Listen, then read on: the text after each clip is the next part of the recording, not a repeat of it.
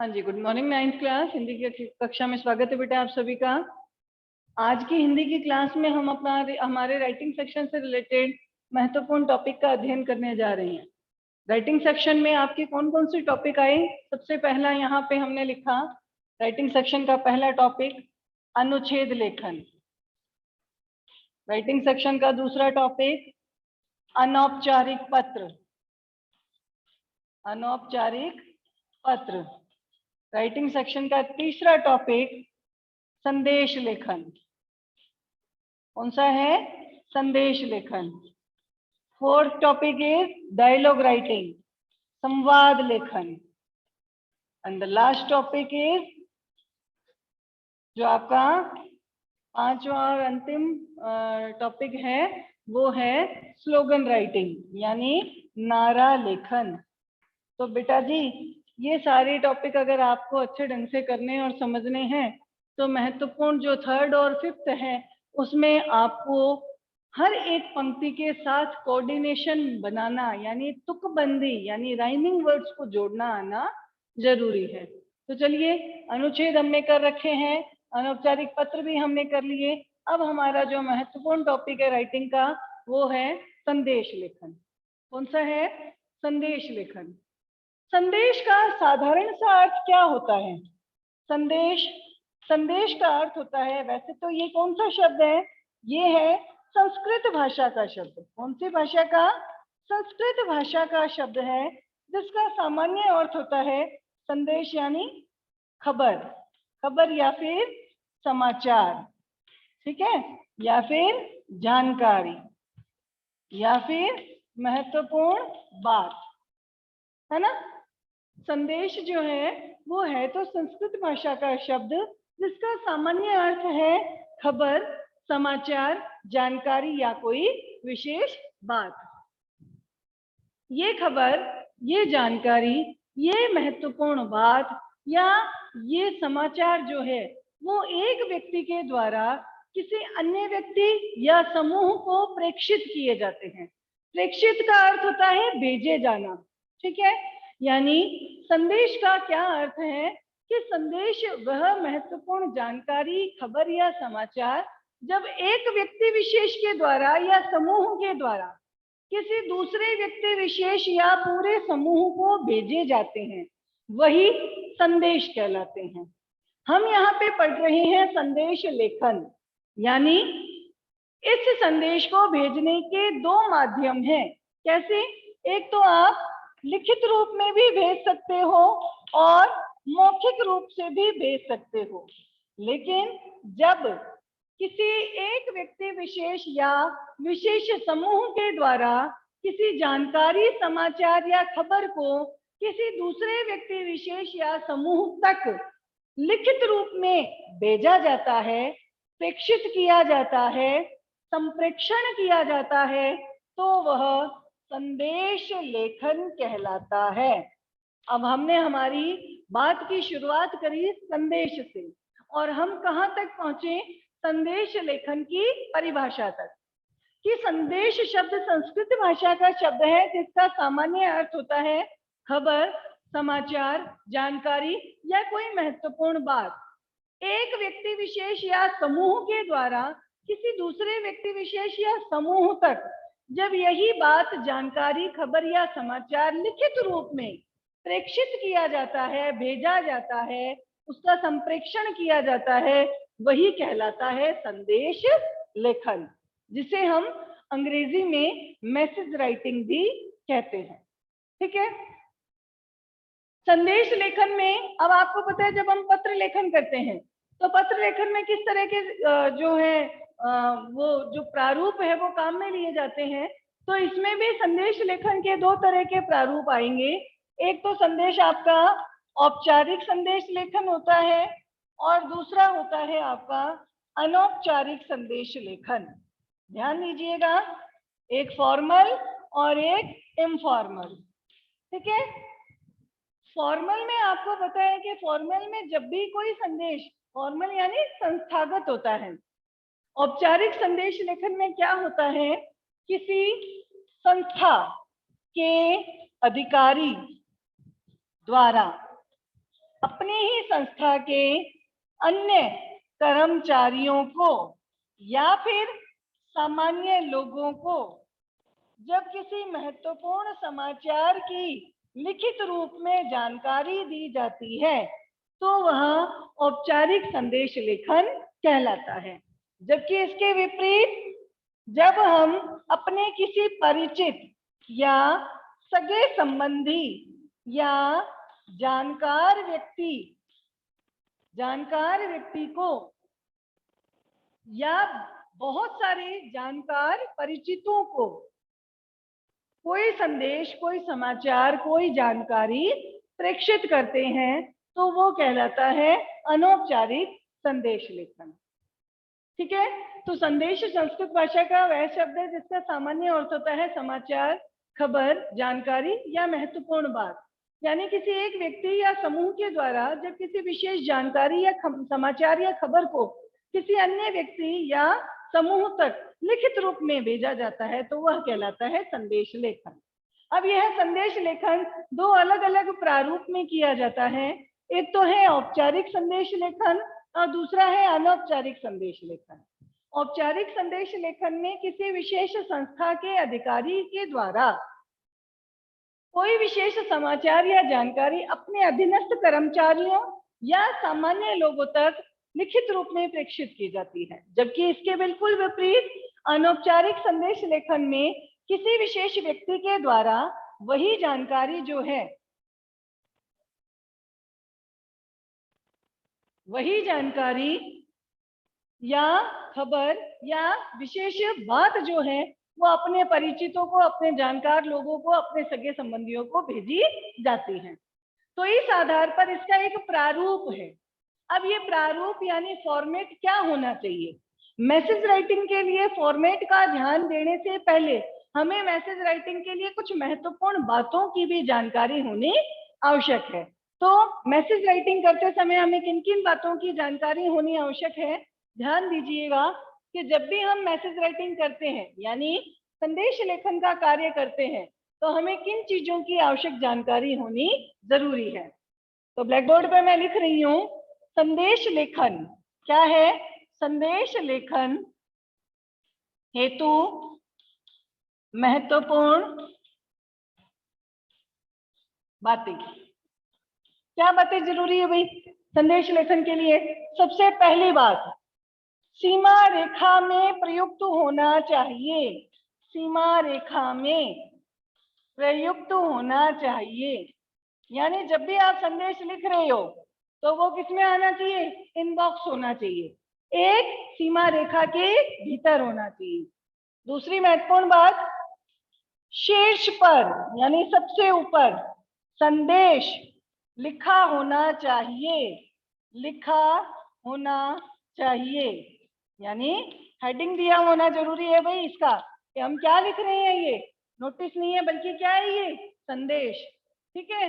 तीसरा, इसमें दिनांक, किस तारीख को लिखा जा रहा है तथा समय कितने बजे लिखा जा रहा है भी अंकित होना चाहिए, है ना। जब भी आप संदेश लिखते हो तो उसके साथ उसकी डेट और उसका टाइम भी मेंशन होना जरूरी है। चौथा, संदेश की भाषा कैसी हो? सरल तथा सहज। सहज भी लिख सकते हो, सुबोध भी लिख सकते हो।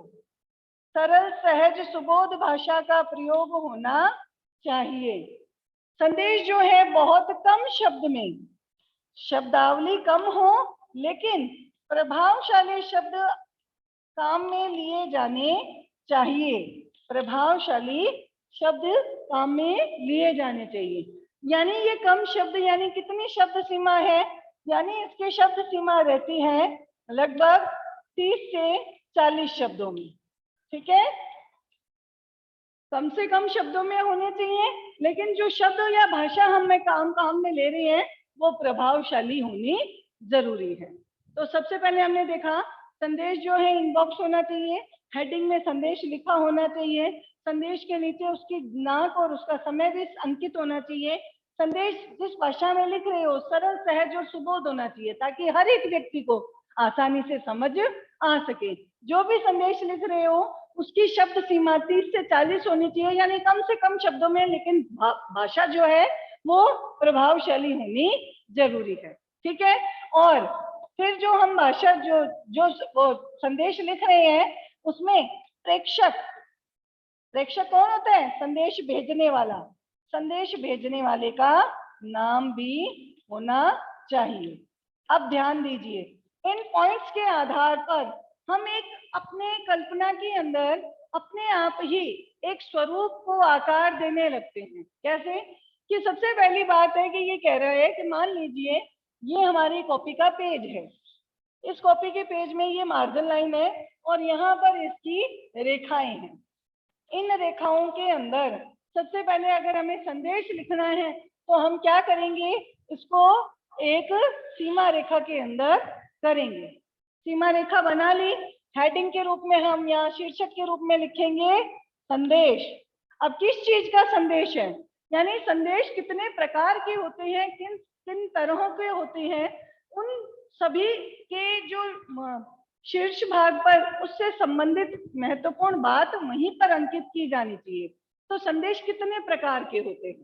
तो सबसे पहले जब आप ऊपर हेडिंग दोगे तो संदेश का प्रकार कौन सा है? सबसे पहली बात आती है, संदेश आते हैं हमारे शुभकामना संदेश। शुभकामना देते हैं ना भाई, किसी बच्चे का जन्मदिन है तो जन्म दिवस पर शुभकामनाएं, परीक्षा में सफलता हासिल कर ली तो उसके भविष्य के लिए शुभकामनाएं, शुभकामना संदेश देते हैं।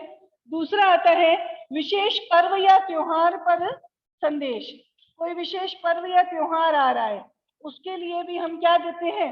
संदेश देते हैं। मान लीजिए 2 दिन बाद जो है ईद आ रही है, तो ईद के लिए हम अपने सभी जो जानकारी या परिचित लोग हैं उनको एक संदेश देना चाहिए, भाई ईद के लिए आपको बहुत बहुत बधाइयां, और ईद पर आप उनके लिए और क्या ईश्वर से अच्छी बात मांगते हैं, उनके लिए क्या मन्नत करते हैं, वो सारी चीज हम इस संदेश में मेंशन कर देंगे।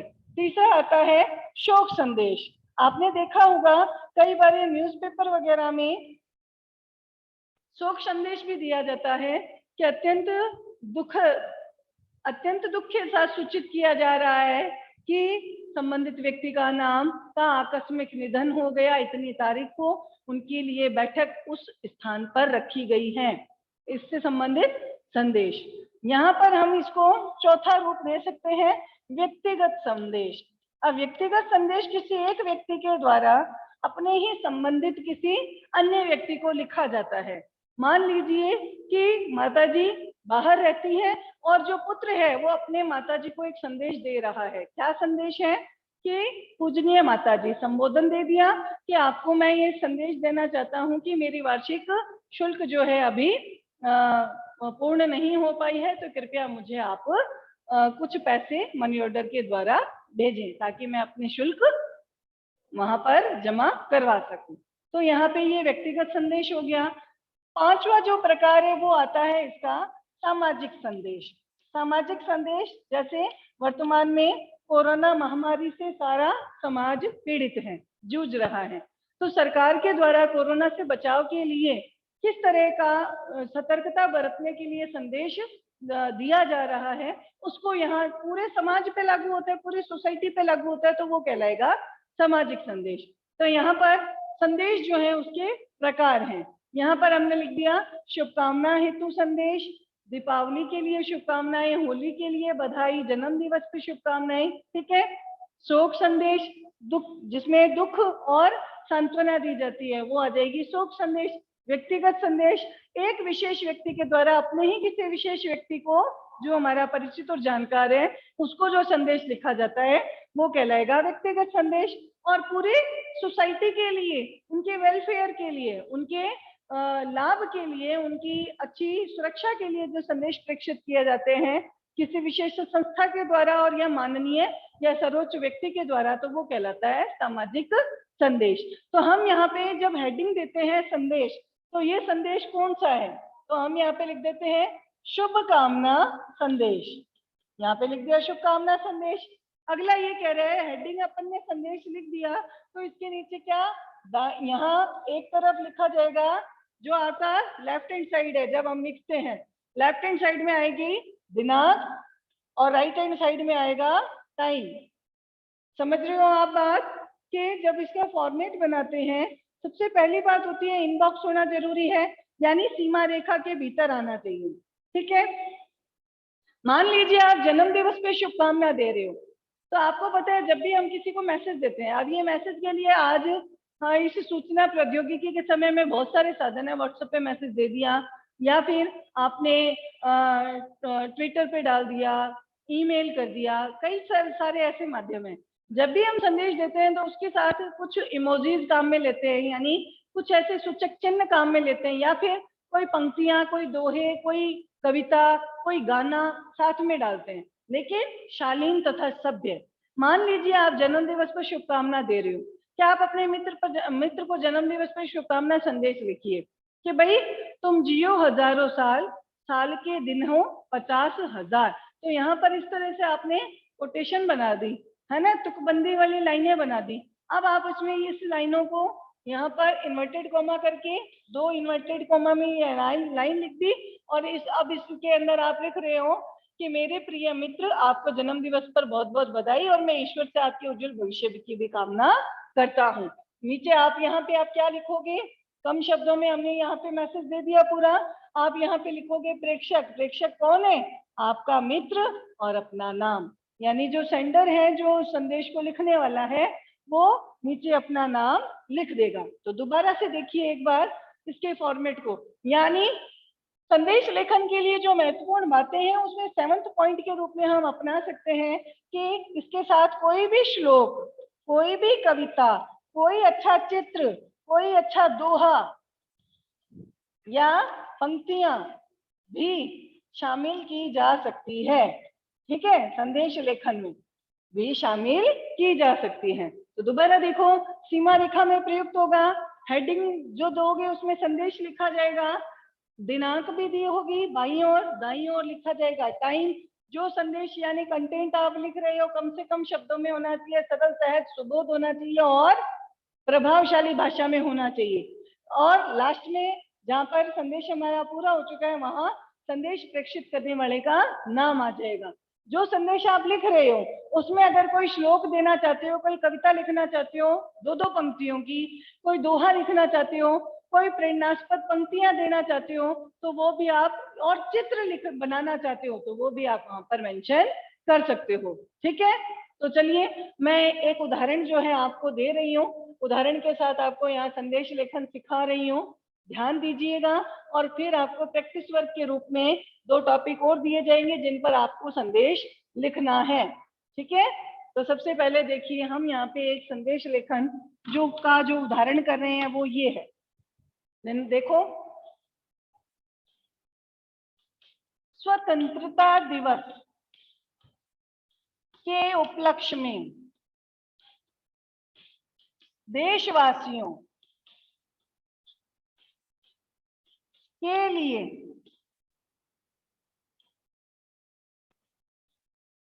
बधाई संदेश लिखिए, बधाई संदेश लिखिए।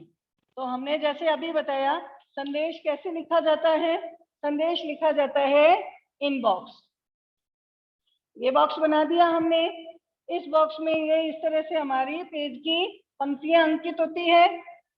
इन पेज की पंक्तियों में सबसे ऊपर वाली पंक्ति पर हम क्या लिखेंगे, जो हमें टॉपिक दिया गया है उसी को हेडिंग बना करके लिखेंगे। टॉपिक किससे संबंधित है, स्वतंत्रता दिवस, तो हमने यहाँ पे क्या लिखा, स्वतंत्रता दिवस।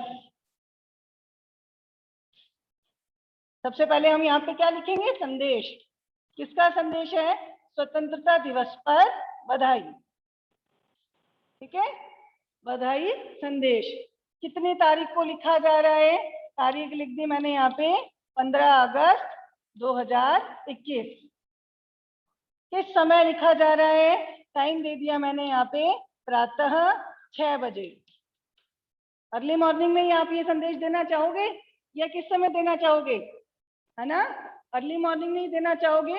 अब कंटेंट हमने जो खास बातें पढ़ी थी उसमें देखा था, क्या लिखेंगे, समस्त देशवासियों को, समस्त देशवासियों को स्वाधीनता दिवस, स्वाधीनता यानी स्वतंत्रता, स्वाधीनता दिवस के उपलक्ष्य में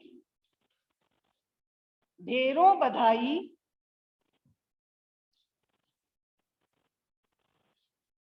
तथा आप सभी देश की प्रगति तथा उन्नति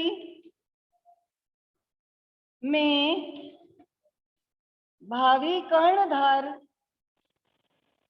बनकर सहयोग करें, यही कामना है ना। अब ये मैंने यहाँ पे लिख दिया। अगर आप जैसे इसमें दिया गया है कोई चित्र, कोई कोटेशन, कोई श्लोक, कोई दोहा, कोई पंक्ति भी काम में ले सकते हो। तो यहाँ पे मान लो यहाँ पे इस तरह से छोटा सा मैंने क्या बना दिया, हमारा नेशनल फ्लैग बना दिया। ठीक है, यहाँ नेशनल फ्लैग से ये अंकित हो गया कि किससे संबंधित है, हमारे देश से, देश की प्रॉस्पेरिटी या फिर प्रगति से संबंधित है। ठीक है, हमने यहाँ पे कोई कोटेशन लिख दी। क्या लिख दी? देश की सुरक्षा का भार अपनाएं, सुपुत्र होने का कर्तव्य निभाएं, कर्तव्य निभाएं। अगर आपको आती है अच्छी बात है, नहीं आती है कोई दिक्कत नहीं है। यहाँ लिख दिया हमने संदेश, स्वाधीनता दिवस पर बधाई संदेश। यहाँ बाईं ओर लिख दी हमने दिनांक, दाईं ओर लिख दिया हमने समय। कंटेंट में दे दिया समस्त देशवासियों को स्वाधीनता दिवस के उपलक्ष्य में ढेरों बधाइयां तथा आप सभी देश की प्रगति और उन्नति में भावी कर्णधार के रूप में सहयोग देवे, यही कामना है। नीचे हम क्या लिखेंगे? अब ये संदेश देने वाला कौन है? तो यहाँ पे लिख दिया जाएगा कि जैसे यहाँ पे हमने लिख दिया बजरंग दल, या तो किसी बजरंग दल के द्वारा, या फिर हमने दे दिया यहाँ कोई मिनिस्टर दे रहा है तो यहाँ पे उस मिनिस्टर के लिए लिख दिया मुख्यमंत्री द्वारा। मुख्यमंत्री कौन है? सम्माननीय अशोक गहलोत, यहाँ पे ये मेंशन कर दिया। ये तो कैसा, किस तरह का संदेश हुआ? था तो बधाई संदेश, लेकिन पूरे देश के लिए, जनसाधारण के लिए, जिसे हम सामाजिक संदेश की भी संज्ञा दे सकते हैं। तो उम्मीद करती हूँ कि संदेश लेखन का ये टॉपिक आपको अच्छे से समझ आया होगा। एक छोटा सा उदाहरण और साथ में आपका प्रैक्टिस वर्क। दीपावली पर देशवासियों को शुभकामना संदेश लिखिए। अब दीपावली पर संदेश लेखन में आप संदेश लेखन, दीपावली पर शुभकामना संदेश, दिनांक यहाँ पे लिख दी कितनी तारीख को है, मान लो यहाँ पे हमने लिख दी 28 अक्टूबर। समय लिख दिया, कितने बजे दोगे भाई? संदेश प्रेषित कर रहे हो देश के लिए तो वो तो जल्दी दोगे आप, 6 बजे 7 बजे प्रातः। समस्त देशवासियों को दीपावली के पर्व की बहुत बहुत शुभकामनाएं। अंधकार पर प्रकाश की विजय का प्रतीक यह पर्व आप लोगों के और देश की अंधकार को दूर करें और प्रकाश से, ज्ञान के प्रकाश से भर दें। ठीक है, यहाँ पर आप उस पर्व से की सूचना से संबंधित कोई दीपक के रूप में भी कुछ ऐसा बना सकते हो जो उस पर्टिकुलर उस त्योहार को हाईलाइट करता हो। कोई 2 पंक्तियां कोटेशन के रूप में डाल सकते हो। कम से कम 30 से 40 शब्दों में प्रभावशाली भाषा में, सरल और सहज भाषा में आप संदेश लेखन कर सकते हो।